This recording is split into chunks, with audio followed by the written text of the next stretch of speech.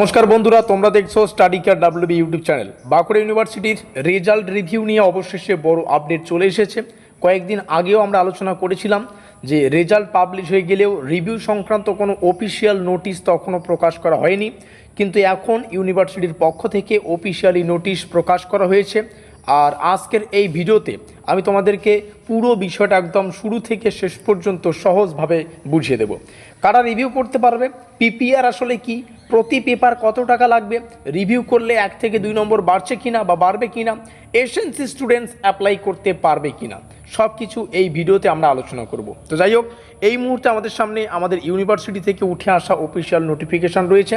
বাঁকুড়া ইউনিভার্সিটির office of the controller of এক্সামিনেশনের পক্ষ থেকে কিন্তু এই নোটিশ প্রকাশিত করা হয়েছে। তো এই নোটিশে কী কী বিষয় রয়েছে আমরা প্রত্যেকটা বিষয়ে ডিটেলস আলোচনা করব।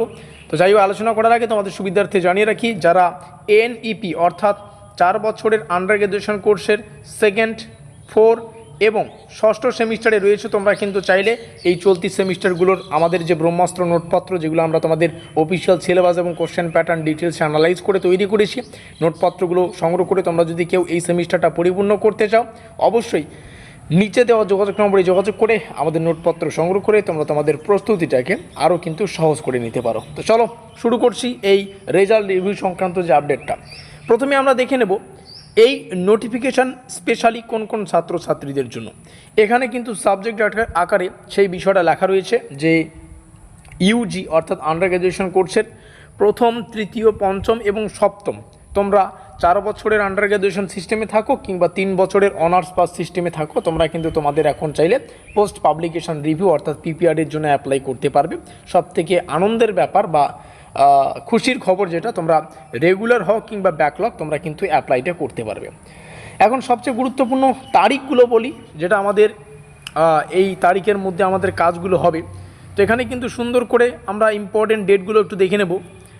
ইম্পর্টেন্ট ডেটসের মধ্যে আমাদের যে ব্যাপার রিভিউ ফর্ম, সেটা শুরু হয়েছে 22শে মে 2026 বিকাল 4টা থেকে, আর এটা চলবে 29শে মে 2026 পর্যন্ত। অর্থাৎ রিভিউয়ের যে ডেট তোমরা এখানে দেখতে পাচ্ছ অলরেডি গোয়িং অন, মানে চলছে, এবং যার লাস্ট ডেট 29 তারিখ। এই 29 তারিখ কিন্তু লাস্ট ডেট।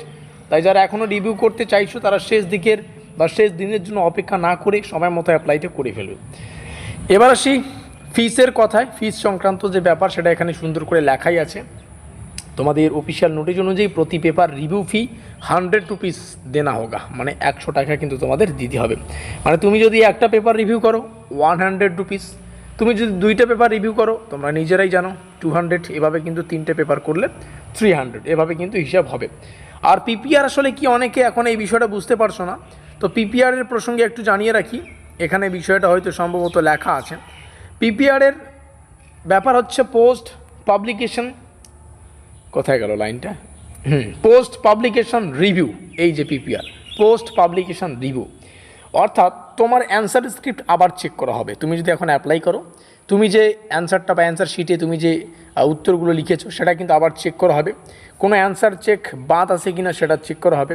তোমার মার্কস টোটাল যোগ করতে বা কোথাও কোনো নম্বর কালেকশন করতে ভুল হয়েছে কিনা সেটা চেক করা হবে। মার্কস ট্রান্সফার মিস্টেক হয়েছে কিনা সেটা দেখা হবে। কিন্তু একটা বিষয় খুব ভালো করে এখানে তোমাদের বুঝতে হবে, এটা সাধারণভাবে পুরো অ্যান্সার নতুন করে ইভ্যালুয়েট করা কিন্তু নয়। এটা যা বললাম তোমাদের পুরো অ্যান্সার চেক করা হবে, এই হচ্ছে পুরো ব্যাপার। অনেকের কোশ্চেন, আমরা 1 থেকে 2 নম্বরে ফেল করেছি, আমরা কি পাস করতে পারবো? দেখো, এটা একটা কমন কোশ্চেন বা কমন একটা প্রশ্ন, অনেক স্টুডেন্ট কমেন্ট করেছে এই বিষয়টা, যে আমরা 1 থেকে 2 নম্বরে ফেল করেছি বা পাস করতে পারিনি, তাহলে কি রিভিউ করলে কি বাড়তে পারে? এর উত্তর আমি সহজ ভাষায় তোমাদের দিতে চাই, বাড়তে পারে আবার নাও বাড়তে পারে। যদি অ্যান্সার আনচেকড থাকে তাহলে অবশ্যই বাড়বে, টোটাল মিস্টেক যদি থাকে তাহলে অবশ্যই বাড়বে, মার্কস আপলোড এরর যদি থাকে অবশ্যই বাড়বে। তাহলে মার্ক ইনক্রিজ হতে কেউ রক্ষা করতে পারবে না। কিন্তু সব কিছু ঠিক থাকলে শুধু রিভিউ করলেই কিন্তু মার্কস বাড়বে, এটা ভাবা ঠিক হবে না, এটা তোমাদের বলে দিলাম।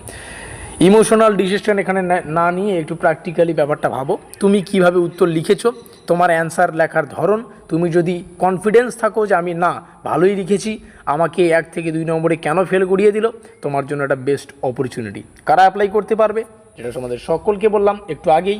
ক্লোজিং টাইম অবশ্যই 29শে মে যেমনটা আমরা দেখলাম এর আগেই করে ফেলবে, শেষের দিকে সার্ভারের এমনিতেই সমস্যা তোমাদের বাঁকুড়া ইউনিভার্সিটির, এতদিন পরে একটা নোটিশ আসলো, তাও আবার অনেক কষ্ট করে। তো যাই হোক, আশা করি প্রত্যেকটা তথ্য তোমাদের বোঝাতে পারলাম।